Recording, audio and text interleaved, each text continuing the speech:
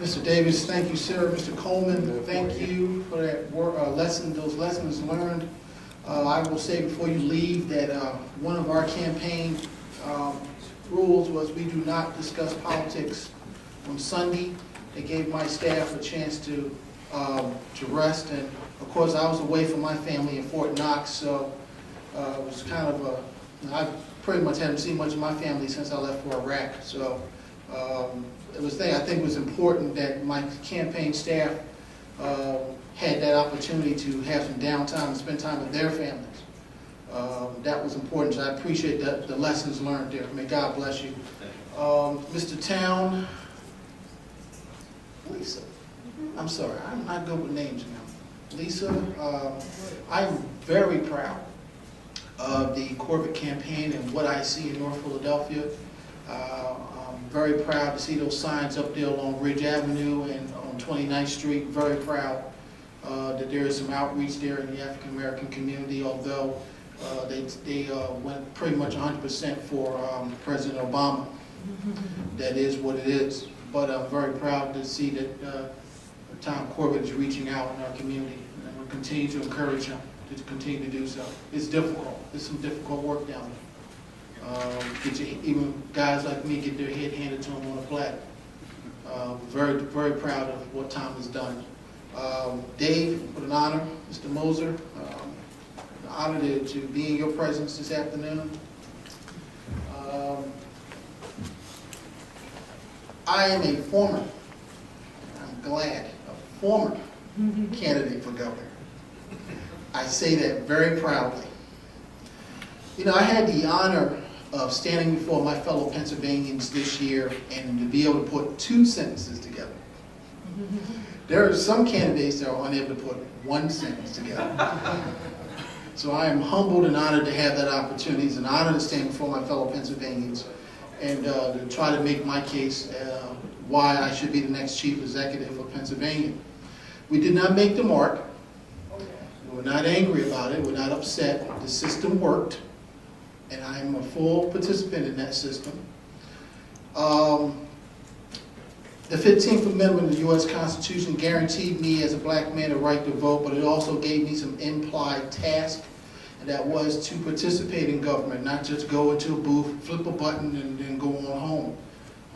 To get involved by going to council meetings and supporting candidates and even being a candidate myself.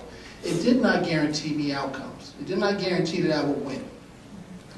So the opportunity, I've said this for many years, the opportunity is a chance, not a gift. No one owes you anything.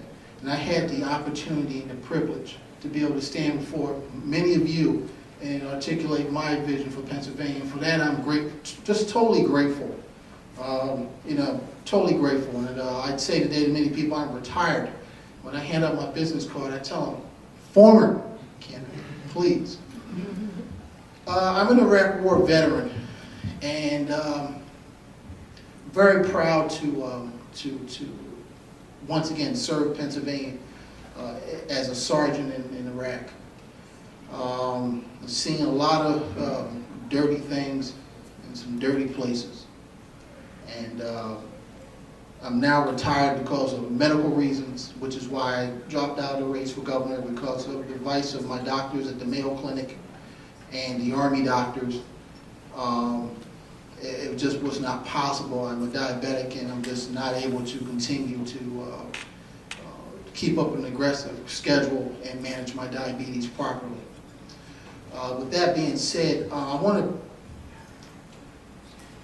wear 3 diabetic bracelets, and 2 I wear on my left arm. The second one I wear in honor of a fellow diabetic soldier who served in Afghanistan named Specialist Anthony Michael Carter. Specialist Carter came out of Afghanistan with a blood sugar of 500 and was medevac to the Warrior Transition Battalion in Fort Knox. My company commander had assigned him to me as a sergeant to look out for this young man. This young man was 22 years old. So how do you tell a 22-year-old that your life now has been changed forever and that you have to do things differently? Very difficult. It was difficult for me at 37 when I was told, when I got back from Iraq, that I was a diabetic. It was difficult. So you can imagine how difficult it was for this young man to adjust to life as a diabetic. I mentored him, and he was a very gracious, very respectful, and very conservative. I mean, politically conservative. I think he was farther to the right than I was. And that I was honored to have those conversations with this young man. On Memorial Day of this year, Specialist Carter went to Taylorsville Lake in Kentucky with a group of friends. He had just got his insulin pump, and which he was selling me on it. And I'm close to going ahead and get that insulin pump because I take about 200 units of insulin a day. I wish I'd have called Specialist Carter that morning to remind him that he should eat that morning before he went onto that lake. Unfortunately, I did not get that chance to do so. During the weekend of Memorial Day, Specialist Carter drowned in the lake. And I take that very personal. Because I'm a sergeant. I'm a non-commissioned officer. I'm not an officer. I'm a non-commissioned officer, and I'm responsible for my soldiers. This kid was assigned to me. So I wear a bracelet, an extra bracelet, in honor of Specialist Anthony Michael Carter, because he is the epitome of the American spirit of liberty and freedom, a man that you want to look up to. And I had the honor of being in his presence. The second thing I want to draw your attention to is my tie. Yes, I am a flashy dresser. I do not apologize for that. As you can tell, I love my cufflinks. This month is Breast Cancer Awareness Month. And those who are, if you saw the Eagles game or the Pittsburgh Steelers game or what have you, you've seen many around the NFL wearing pink. Well, as a cancer survivor, I also wear pink in solidarity with my sisters who are survivors of breast cancer, because I am a survivor of kidney cancer. So that's why I'm wearing pink today. And on to my topic, which will be really brief, is reaching out to your precinct when you're getting ready to run for an office. Now, I have to admit that I'm not a local guy. I'm a state and national guy. I like state and national issues. So I'll give you the broad view. One of the lessons learned from our campaign was that we did not reach out to our county chair people and the committee people that come with that apparatus. In Philadelphia, we have a unique situation. We have about 66 wards, a whole host of divisions. So therefore, when you're deciding to run for an office, and if you're from Philadelphia, you start with your committee people, try to garner support from them, and then go to your ward leader. At some point during that process, you're going to have to go see this guy named Vito Canuso. And you have to let Vito know let Vito know what your intentions are. Vito is our county chair in Philadelphia. So always keep in contact with your county apparatus, particularly if you're from Philadelphia. If you're thinking about running for office in 2012, you need to start now building relationships within your town and your county. Now, if you're running for state representative, sometimes you may spill over into two counties.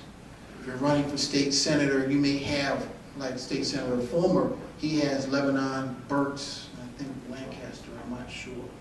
But he has about two or three counties, so you got to know who your county people are, who are the players, who are the people that you need to influence.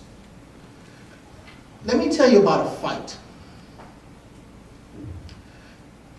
The person that wins the fight isn't the person that's the strongest. It's the person whose buddies show up first. Let me say that again. Slow crowd. The person that wins the fight isn't normally the strongest person. It is the person whose buddies show up first. So if you're running for state rep against a Democrat or against a Republican and a Democrat, and Jake Town, he's running for Congress, but Jake's people have to show up at the poll first and in large numbers. Anybody catch that? You gotta come with as many supporters as possible. So starting early, that's your lesson learned. Building that coalition early.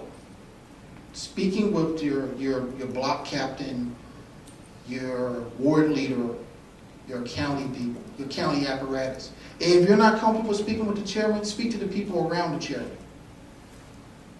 There's a whole apparatus. There's an executive board and what have you. Speak to those people around that chairman if you don't feel comfortable doing that.